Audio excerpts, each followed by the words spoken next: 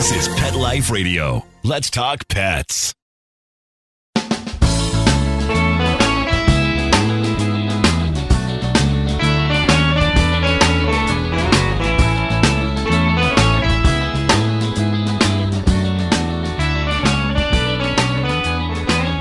Welcome to Save a Pooch on Pet Life Radio. I am your host, Beverly Isla. Thank you for tuning in.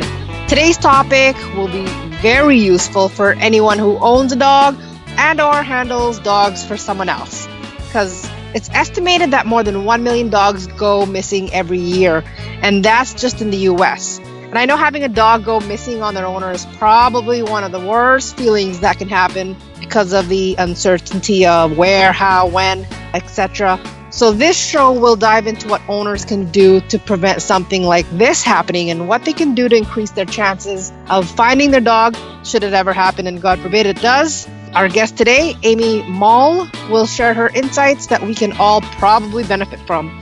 Now, Amy's a writer, she's a researcher, and a dog lover residing in the District of Columbia. She has worked in government and the nonprofit sector.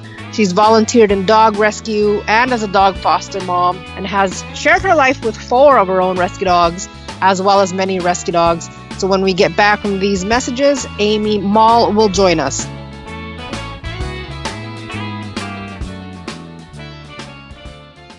Not pumped about cleaning the litter box? Try World's Best Cat Litter Zero Mess, the litter that gives you 2 times better clumping and more odor control with less litter.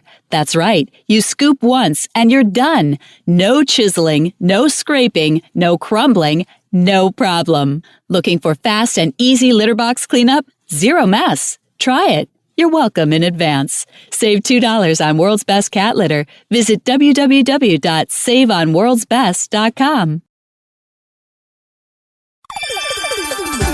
Let's Talk Pets on PetLifeRadio.com.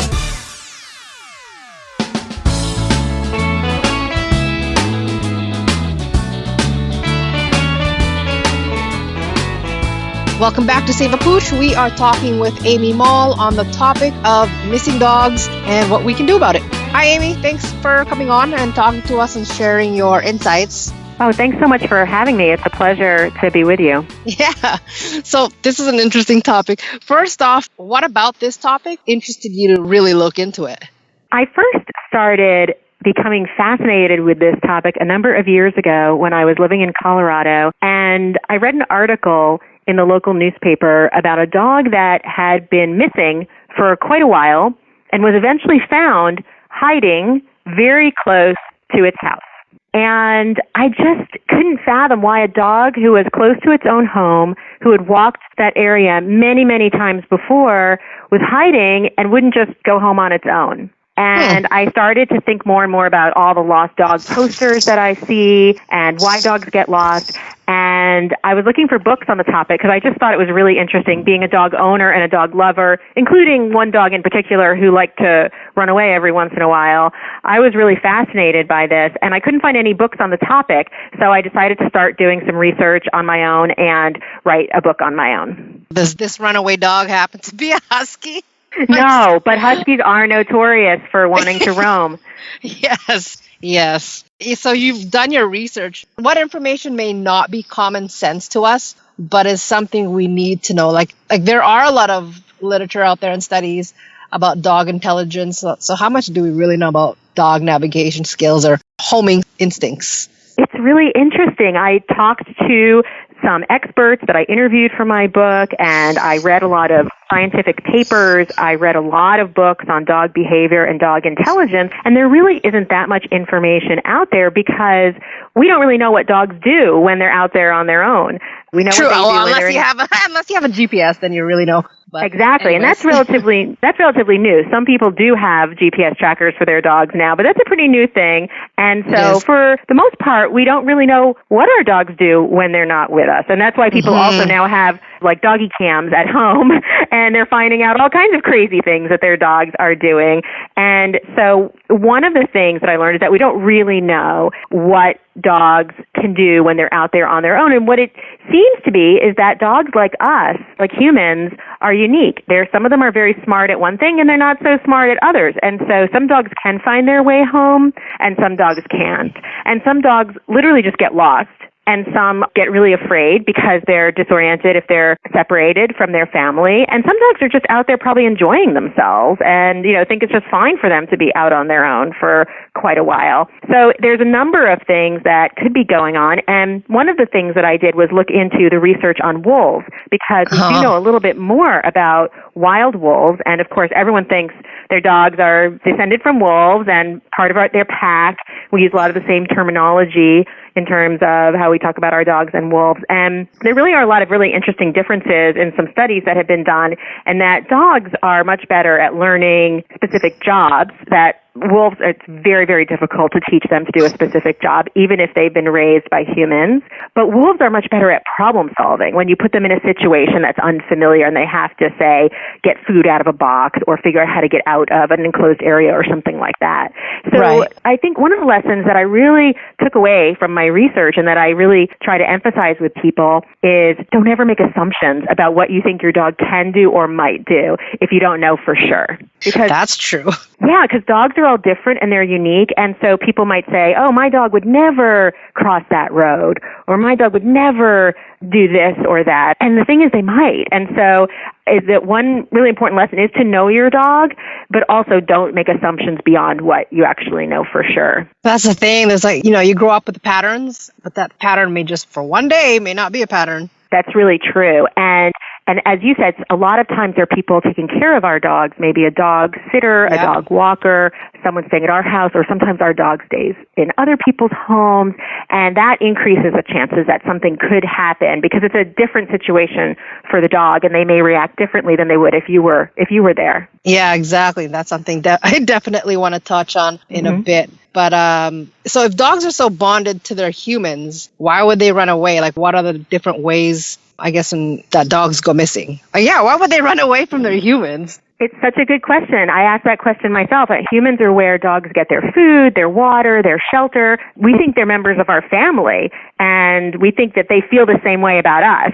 And some do, but not all do. And we talk about being a pack with our dogs, but it's not the same way that wolves form a pack, which really is for life, and it's really essential for their survival. And some dogs just don't feel it the same way that we think they might. And some dogs might just be out running around for fun and might turn around and all of a sudden realize they're lost because they haven't really paid attention. We know that dogs have an amazing sense of smell and can usually find their way to things that smell familiar, but they can't always do that, and not all dogs have the same talent. So sometimes they just are running maybe for fun, and then they just pause and realize they're lost. Sometimes they get scared, and we might not think our dogs are afraid. We might think, wow, my dog is so friendly. It's not afraid of anything. It'll go up to people. But if a dog finds itself lost, it can get into a panic mode, and that will really affect how well it can find its way home and if it will go up to people or if it will hide. And we may not realize how terrified our dogs can become in an unfamiliar situation. Right. You mentioned the wolves. What do you mean by that? Like you said, the wolves and how they are in packs are a little different. Well, there are specific reasons why wolves sometimes leave their pack. And usually it's a younger wolf that wants to establish its own pack for some biological reason. Gotcha. But dogs, we think, our dogs are bonded to us. And they are bonded. There's actually science that shows that certain chemicals increase when our dogs look each other in the eye. Just like a mother and a baby, there are certain chemicals that increase, and that leads to a feeling of emotional bonding. And that does happen with our dogs, which is really cool. But they still have some dogs still can be independent enough that they're just going to go for a walk on their own sometimes. And they might not feel that bond to just turn around and come right home. Huh, interesting. Yeah, I always thought dogs will always form a bond, but okay, maybe not. Well, and there are also certain circumstances. If you have just brought home a new dog from a shelter or a rescue group, And, for example, that would be one reason that would increase the odds that a dog might not feel bonded to you. Or if your dog has just been boarded for a while and is just feeling not as much of a bond to home as it normally does. Or if there's someone new that's walking your dog. Or if you've had friends, strangers in the house that your dog doesn't know that well. There are a lot of reasons that might change a dog's feeling about how attached it is to its house or what it's going to do if it has an opportunity to get out. Right. Yeah, that's one thing I really want to touch upon. So we're just going to have a quick break, and when we get back, we'll continue talking about this important topic about dogs gone missing. Sit. Stay. We'll be right back after a short pause. Well, 4 to be exact. Does your dog itch, scratch, stink, or shed like crazy? Come to Dynovite for help. Order a 90-day supply of Dynovite. Dynovite is nutrition. Pick up 2 bottles of Lico Chops. Get the 3rd bottle free. New improved Lico Chops with omega-3, omega-6, vitamin E. And now, 6 extra direct-fed microbials. Even better for the digestive tract and immune system. Try Lico Chops. Buy 2, get 1 free. At Dynovite.com. DINOVITE.com. Let's talk pets Let's talk pets on Pet Life Radio. Pet Life Radio. PetLifeRadio.com.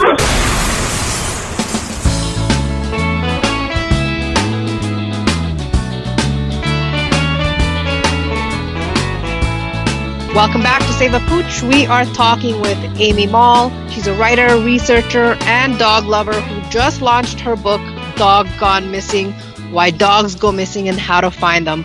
Amy, thank you so much for talking to me so far about dogs going missing. Now, you were talking about rescue dogs. So how would your tips and strategies help decrease the statistics of the number of dogs in shelters or pounds? Because you did bring up an important point there about bonding. Well, there are lots of different things that dog owners can do. There are things that dog owners can do to prevent their dog from ever going missing in the first place.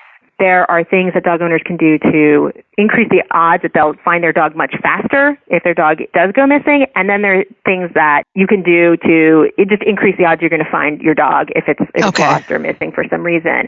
And some of it is really, really basic. It's things that we might think about sometime but forget to do. So, for example, there was a survey done by the ASPCA, the American Society for the Prevention of Cruelty to Animals.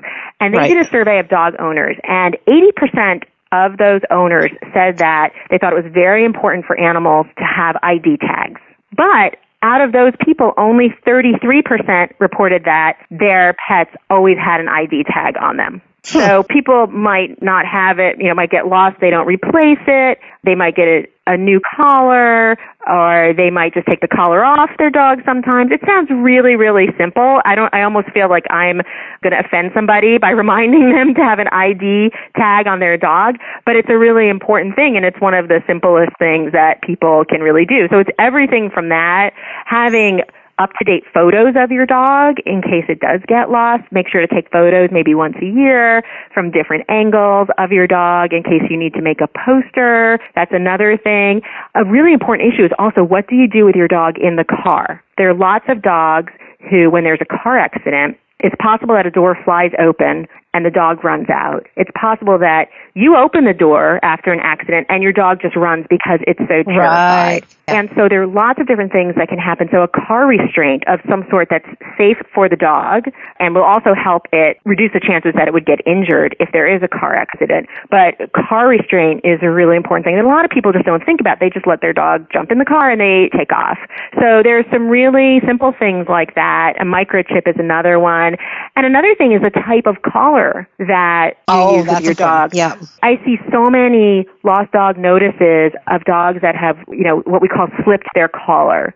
Yes. They've had a plain collar on. Something happened. It could be that they saw a dog they wanted to go play with. It could be that they got frightened and they just managed to slip out of it, because if it was too tight, they would be choking. So especially a new dog, a rescue dog, bringing a dog home from a shelter, I always recommend that people never use a plain collar, but that they use perhaps a harness or the kind of collar that tightens up a little when they try to pull out of their collar, not to choke, not so far that it would choke it. Exactly, a martingale collar. So there are lots of things like that dog owners can do to try and make sure that the dog never gets away in the first place. And then there are things like a microchip, for example, so that if your dog does get missing, it's going to greatly increase the chances that you're reunited sooner rather than later. I totally agree those are needed, but I mean, if they go missing, the microchip, wouldn't that only show up if they actually get to a vet? Yes, they have to get to a vet or a shelter or someone who has the microchip scanner. So it doesn't help you find your dog if it's missing, but it does increase the chances that if the dog is picked up by somebody, that you will be reunited with your dog. Some people, if you don't have a microchip and your dog has run 20 miles, which can happen, you may never realize that it's in a shelter in a whole other town or another county or something like that. So that's true. So there's a whole menu of things you can do that kind of belt and suspenders approach, but a lot of them are very simple, not very expensive, and you just never know what's going to be the one way that will help you find your dog if it's missing for some reason. Yeah. What's your take on the GPS? I haven't ever used one before, so I kind of presume it'd be beneficial. Yeah, I haven't used one myself either, so I don't recommend any particular model. Yeah, exactly. There are lots and lots of different companies now that have different types of tracking devices. Some of them are actual collars, some of them are tags that you put on the collar, etc. But one of the things that I do in the book is I outline a number of questions that you can ask before you go shopping for one in terms of, what is the battery life? What's the range? Do they tell you when your dog has traveled a certain distance from your house? If so, what's the distance? Because they're all different. They all offer a different system, and one may be better for you versus someone else. Some use GPS, which is satellite information. Some work over cell phones. Some work more like walkie-talkies over radio frequencies. So there are lots of differences, and everybody, I think, needs to figure out what's going to work best for their situation. If you live in the city, if you live in a rural area, if you have cell phone coverage, if you don't have great cell phone coverage, how big your dog is, that kind of thing. So I put in the book a list of questions that you can use to help pick the best one for your situation. Perfect. I don't know if you've mentioned it in the book. Maybe you can give us a little tip on, if we got a dog missing and we're out there searching, is there anything we should know about? Everybody would just be doing a search party, right? Yeah, it's really interesting with social media now, because that's really changed a lot. Oh, yeah, that's true. And so one of the things that I suggest is that the very first thing you should do is really search the grounds of your house, because a lot of times dogs are found hiding or stuck somewhere under your porch or in a shed or something like that. So just make sure that your dog really is missing from your property. But then it really makes sense now with social media to do that first, whether it's Facebook or Instagram or Craigslist, or if you have a neighborhood bulletin board, because once you post that and people share and share and share, then you're already getting to many, many people in a very short period of time. And that's where the photos come in also, to have a good photo, to have your cell phone, that kind of thing. So that's really one of the very first things that I recommend people do now, because it's just a way to build publicity very, very fast. And then it's really going out with paper signs and paper to just start talking to people in your neighborhood. Because one of the experts I interviewed said this really well. The odds that you're just going to be walking down the street and see your dog are probably not great. So what you're looking for is a person who has seen your dog. Because you only have one set of eyes, but everyone in the neighborhood who's driving, walking, going to school, going to work, walking their dogs, whatever they're doing, those are multiple sets of eyes. So you want to be actually getting out and talking to people and giving them your flyers, making sure they call you if they see your dog. So you're looking for your dog, but you're also looking for anybody who has spotted your dog. Right. There is a lot of experts have put a lot of thought into determining what's the best kind of sign to make and what are the attributes of the best sign to put in different types of locations. And so I have some information on that in the book also. But it's really reaching physical signs? Yes, putting, for example, bigger signs at intersections, because you think about it as an intersection where someone has to stop in a car, they have time to read it. So you want to focus on intersections versus just in the middle of a street someplace where somebody might not be able to stop. And then flyers that you can actually hand out door to door. But really reaching out to people via social media or via the old-fashioned way of walking door to door, knocking on people's doors, putting up signs. Those are things that people still are using to try and find their dog as soon as possible. If you're not finding your dog right away, then there are other things like obviously going to shelters. There are paid services who will send texts or phone calls to a wider radius. You can hire people to help you, even a pet detective. There really is such a thing as a pet detective. Oh, wow. Yeah, who do a lot of these things. So basically, depending on how long it takes, you're going to want to escalate the tools that you use in your search. Okay. Now, this thought just came in because in my neighborhood, there was everybody knew there was a dog missing, and 2 weeks passed by, nothing. Like, what do you suggest? Should owners that go through something like this just give up after a few weeks of not finding them? Well, definitely in my book, I say don't give up.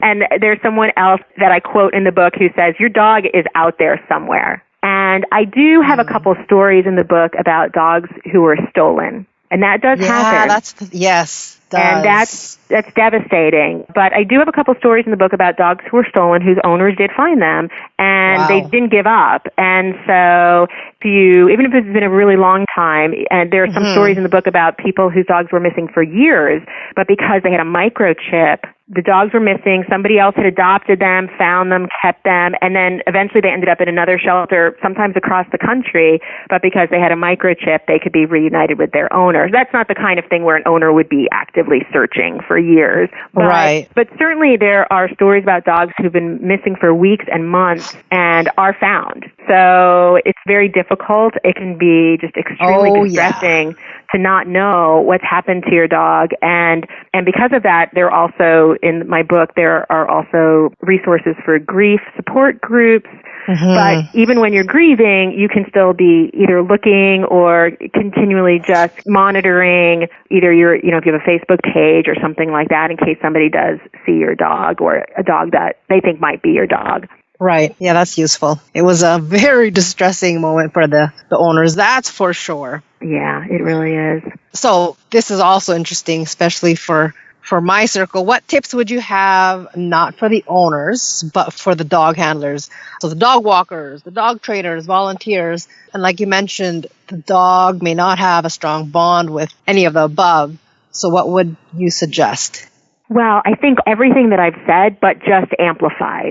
So if you're walking a dog that's not your own, especially if it's a rescue dog or a foster dog, it's just everything, just be even more cautious, which is don't make any assumptions. If the dog doesn't seem afraid, it doesn't mean that something's going to happen 10 seconds from now that's going to freak that dog out and it's going to try and get away. Walking the dog with a harness or a martingale collar, not a flat collar, is another really important one. Checking off gates and doors and things like that where a dog could get out really easily, because dogs are pretty inventive and they usually know where the vulnerable places are in their own yard or their own fence.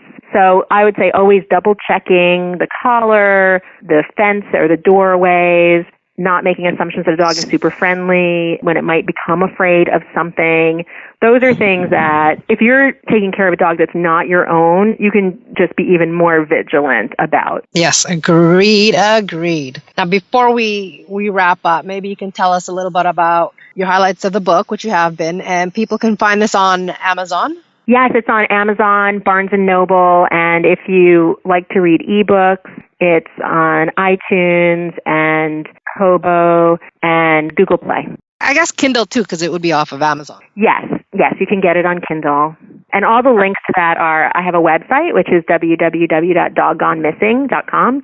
So there are links to where people can buy the book. Perfect. Well, we are out of time. I really appreciate you sharing your knowledge, Amy, and for talking to us, as well as our show producer, Mark Winter, for making this show possible. You can check out Amy's website, as she said, doggonemissing.com. If you have any questions, comments, or ideas for a show, please email me at beverly@petliferadio.com. So until next time, spread animal compassion.